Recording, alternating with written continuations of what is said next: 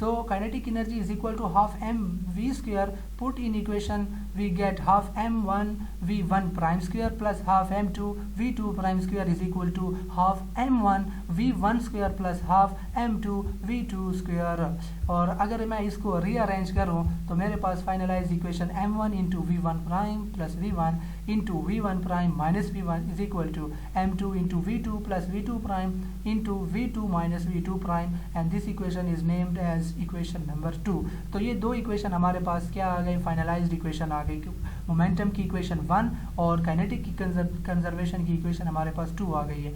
अब इक्वेशन 2 को इक्वेशन 1 से जब मैं डिवाइड करूं तो मेरे पास फाइनली एक इक्वेशन आती है v1 prime plus v1 is equal to v2 prime plus v2. This equation is valid for single body. और इसी इक्वेशन को अगर मैं रीअरेंज करूं तो v1 minus v2 is equal to v2 prime minus v1 prime. This equation is valid for 2 different bodies.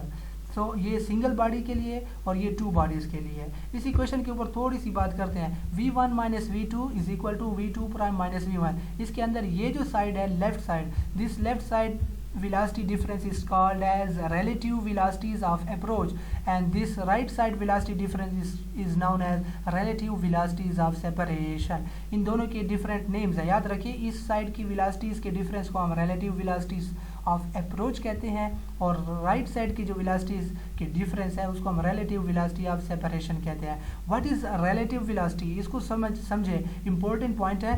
The difference और the sum of velocities of 2 objects is called relative velocities.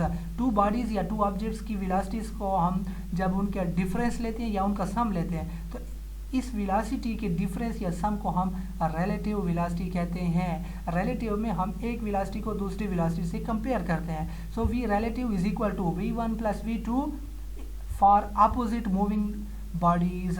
जब velocities की direction opposite होगी तो हम दोनों velocities को plus करेंगे, ये याद रखिए, इंपॉर्टेंट पॉइंट है. So V relative in this case is equal to v1 plus v2 और v relative is equal to v1 minus v2 for same direction. अगर वेलोसिटी सेम डायरेक्शन के अंदर है तो फिर हम उनको क्या करेंगे, माइनस करते हैं. अब अगर for collision the relative velocity of separation की ratio to the relative velocity of approach.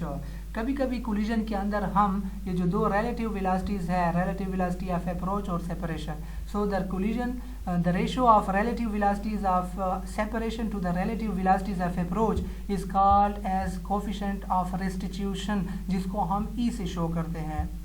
What is coefficient of restitution? E is equal to V relative of separation divided by V relative of approach, or E is equal to V2 prime minus V1 prime divided by V1 minus V2.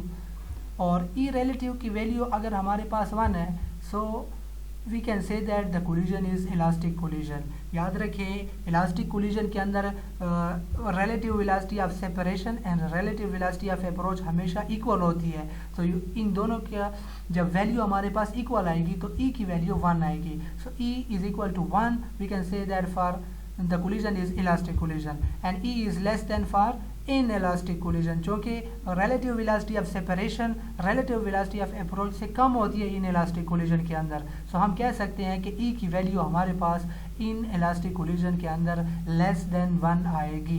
सो इसका मतलब है कि coefficient of restitution हमारे पास किस चीज़ को show करता है, it tells about the nature of collision of the body, कि कौन सी कोलिजन है. इसकी वैल्यू डिफाइन करती है कि which type of collision, either the collision is elastic collision और the collision is inelastic collision. Similarly कभी कभी इलास्टिक और इन इलास्टिक में ये एमसीक्यूज भी आता है काइनेटिक एनर्जी के पॉइंट ऑफ व्यू से, कि kinetic energy in elastic collision में इनिशियल ज़्यादा होती है या फाइनल ज़्यादा होती है. याद रखें, kinetic energy in elastic collision में कंजर्व नहीं रहती. सो इन इलास्टिक कोलिजन में काइनेटिक एनर्जी किसी दूसरी फॉर्म ऑफ एनर्जी में चेंज होती है. So kinetic energy before collision, it's mean kinetic energy initial is always and always greater than the kinetic energy final से हमेशा ज़्यादा होती है. और इलास्टिक कोलिजन के लिए मोमेंटम भी सेम है, इनिशियल एंड फाइनल, और काइनेटिक एनर्जी भी हमारे पास सेम है. This is all for today. Thank you very much. Please subscribe to my YouTube channel Dr. MD. Allah Hafiz.